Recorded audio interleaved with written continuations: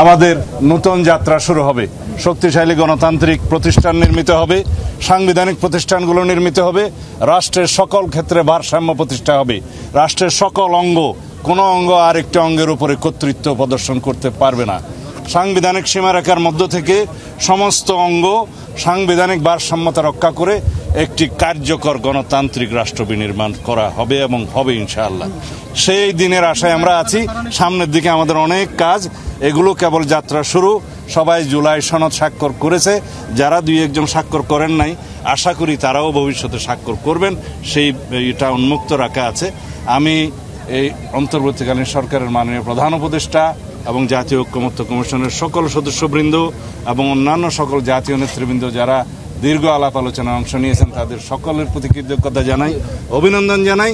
আর media কর্মী হিসাবে সাংবাদিক বন্ধুগণ, আপনারা দিন রাত পরিশ্রম করেছেন, আমাদের সাথে কাজ করেছেন, আপনাদের প্রতি নির্বাচন কি প্রক্রিয়া হবে সেটা নিয়ে আলাপ করতে আপনাদেরকে আবার বসার আহ্বান জানিয়েছেন প্রধান উপদেষ্টা আজকে বক্তব্যে। প্রক্রিয়াটা নিয়ে তো বলেছে যে আবার সাংবিধানিকভাবে আর্টিকেল 65 এর সাবসেকশন 2-তে বলা আছে বাংলাদেশের প্রত্যেক আঞ্চলিক নির্বাচনী এলাকার মধ্যে সরাসরি প্রত্যক্ষ ভোটের মাধ্যমে 300 জন জাতীয় সংসদ সদস্য লইয়া জাতীয় সংসদ গঠিত হইবে।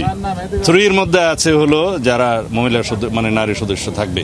কিন্তু এখন কেউ কেউ সেটা বর্ণনা করছে যে নির্বাচন কমিশন শুধু নির্বাচন করার জন্য দায়িত্বপ্রাপ্ত, অন্য কিছু না। এটা সত্য, নির্বাচন কমিশন তো নির্বাচন পরিচালনা করবে, কিন্তু কিভাবে করবে সেটা বর্ণিত আছে। সুতরাং জাতিকে বিভ্রান্ত করার কোনো সুযোগ নাই। মাননীয় প্রধান উপদেষ্টা তারপরেও যদি আলাপ আলোচনা করতে চাই, আমরা আলাপ আলোচনায় বিশ্বাস করি।